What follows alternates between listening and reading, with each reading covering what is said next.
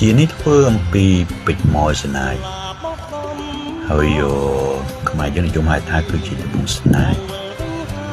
ត្បូងស្នាយនិងពេជ្រគឺមានកម្រិតរឹងប្រហាក់ប្រហែលគ្នាក្នុងម៉ាស៊ីននេះមិនអាចបែងចែកដាច់ទេហើយត្បូងនេះគឺជាត្បូង